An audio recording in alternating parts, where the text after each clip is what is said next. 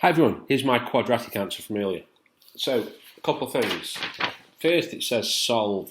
Now, you can solve a quadratic in a number of ways, but because it says give your answer to 2 decimal places, typically that means you're going to use your formula. So the first thing I always do is to write out my formula. And it's one of those things you have to remember.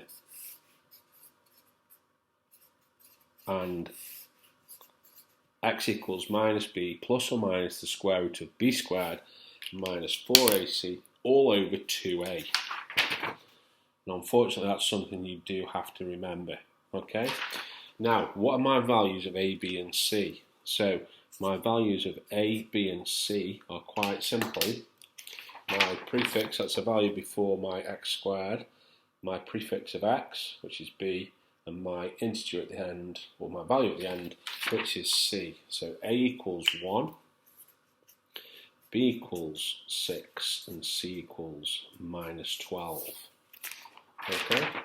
Now this is a little bit tricky, but I'm basically going to put in all the values into this equation. So just bear with me 2 moments. Taking your time here will really pay dividends. So minus b plus or minus the square root of b squared minus 4 times a times c all over 2a. So all I've done there is put in my 6, my 6, my 4, 1 and 12. I put the multipliers in because I just think that helps me. Now, you're going to be allowed to use a calculator. And what that comes out at is x equals minus 6 plus or minus the square root of 84 all divided by 2. Now, the plus or minus sign, that's this one here, allows you to get our 2 roots.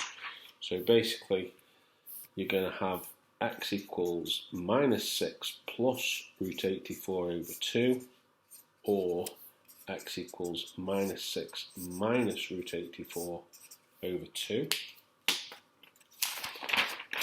That's my 2 variations, minus 6 plus or minus 6 minus. And then I'm going to use my calculator. Now, a little tip for you, always set it up in the fraction mode so it looks exactly like you're putting in on the question.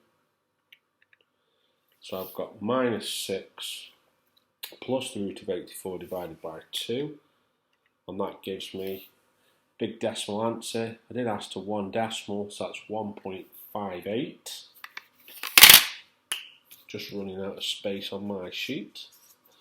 So the first root down the bottom there is 1.58.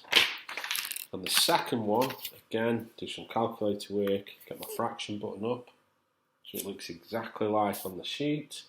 Going to have minus 6. This time we're going to be minus the square root of 84. And that value is going to be halved or divided by 2. Okay, and that gives me, again, quite a big decimal. And I said the 2 decimal places, so minus 7.58. Okay, and if you ever want to check those, you can plug those numbers into your equation at the top here, and you should come out very close to 0. Why I say very close, not exactly, is because you're using rounded values. Hope that helps.